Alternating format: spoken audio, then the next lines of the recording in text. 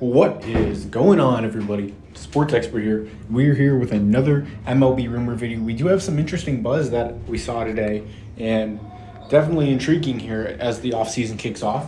This will relate to our last video yesterday, but we have some more rumors that are coming out, and we're going to have to keep track with that. As before we start the video, please hit the subscribe button to the channel, turn on the post notification bell. We're going to be doing a lot of these MLB videos every day, so I would appreciate if you guys stuck around and came around on the channel. Please hit the like button, comment what you think. Hitting the like button and commenting helps us in the algorithm, helps me, helps everyone find what they need around. Would appreciate it very much. So let's get started. As the New York Yankees and the Chicago Cubs are talking a massive trade.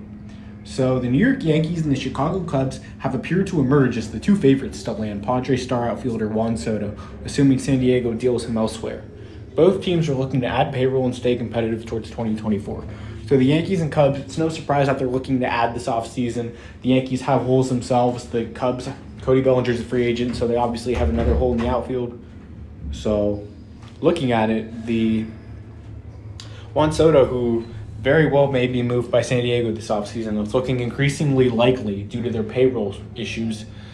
It looks like these are the two teams that are being talked about the most. And the Cubs are being talked about as the possible frontrunner. You know, there's got to be a lot of Yankees buzz because, you know, the Yankees are always talked about in the offseason, whether it's this or that. But the Cubs might be that team that actually ends up with Soto when it's all said and done. They have prospects to give up. They have, you know, Jed Hoyer and company. They're not scared to make a deal. They've made deals in the past. They'll do something here, especially if they lose Bellinger, which is looking increasingly likely due to some, you know, speculation and all that. But Juan Soto would be a great fit for either team, as both teams are looking for a slugger in their lineup. You know, Yankees didn't have a great year last year, especially offensively, and the Cubs, I mean, they're looking like a team that needs some help. But I mean, if they're going, they almost stuck in the playoffs this year, but kind of blew it at the end. If they want to sneak in the playoffs this year, they're going to need a bigger bat, and Juan Soto definitely, you know, fits the needle, moves the needle. So that would be huge. The Oakland A's are bringing back a familiar face that they've agreed to terms with pitcher Sean Nukem on a new one-year, $1 million deal. So the former Atlanta Braves pitcher who is sent to Oakland, he is staying in Oakland on a one-year deal. You know, he's a guy that can start, he can relieve. He definitely had some issues over the past few seasons, but he's a guy that's definitely still very serviceable. Only pitched 15 innings last year, but wasn't too bad. And the A's are looking for possible upside here, as he's had a track record of success. So the A's looking to keep a veteran presence. They keep Nukem on the roster, and why not? The Atlanta Braves are also bringing back a familiar face. They are bringing back relief pitcher Joe Jimenez on a 3-year, $26 million extension.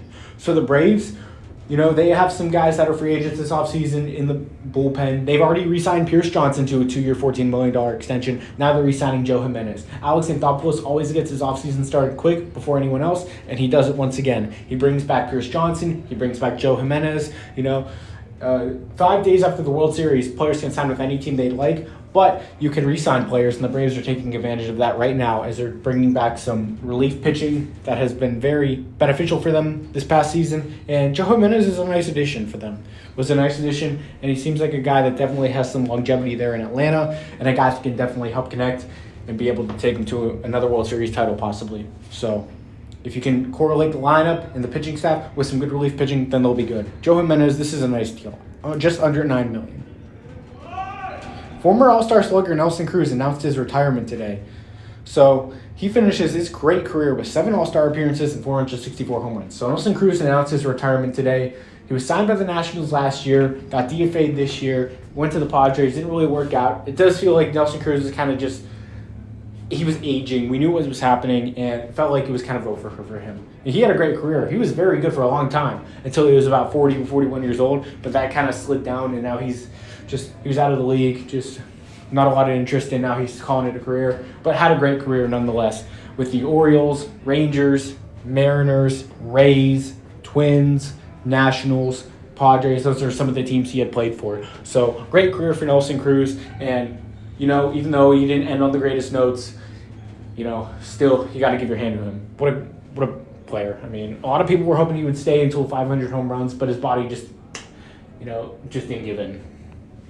And last but not least, the Los Angeles Dodgers made a extension today. I wouldn't say re-signing because I'm not sure if he was a free agent, but Max Muncy, he is signing back on a 2-year, $24 million extension. So the Dodgers keep one of their familiar faces as well. As Muncy, he's a guy that hasn't really hit for average over the past couple of seasons, but has a lot of power still, and he can definitely provide some nice defensive versatility, whether it's at first base, whether it's at third base, outfield. He's a guy that can play all over the field. He's a utility guy. He hits for a lot of power.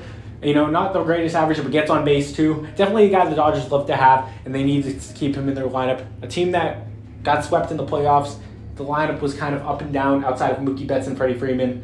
You had J.D. Martinez, who had a great year too, so you can't really discredit him. He is a free agent, though, this offseason, so he's a guy that they may look to re-sign, but I could see him leaving, maybe for even the Giants, their division rivals.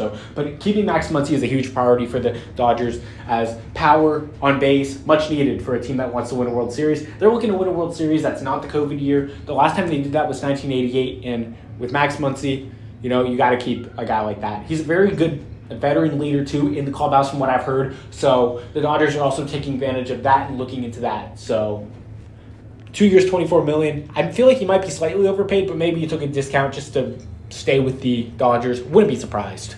But I appreciate everyone being here. Sports Expert here. That is what we got today for MLB Scoop. Please hit the subscribe button if you're new to the channel. Turn on the post notification bell. Like the video. Comment what you think. Would appreciate it so much, guys. I'm out. Sports Expert here. Peace.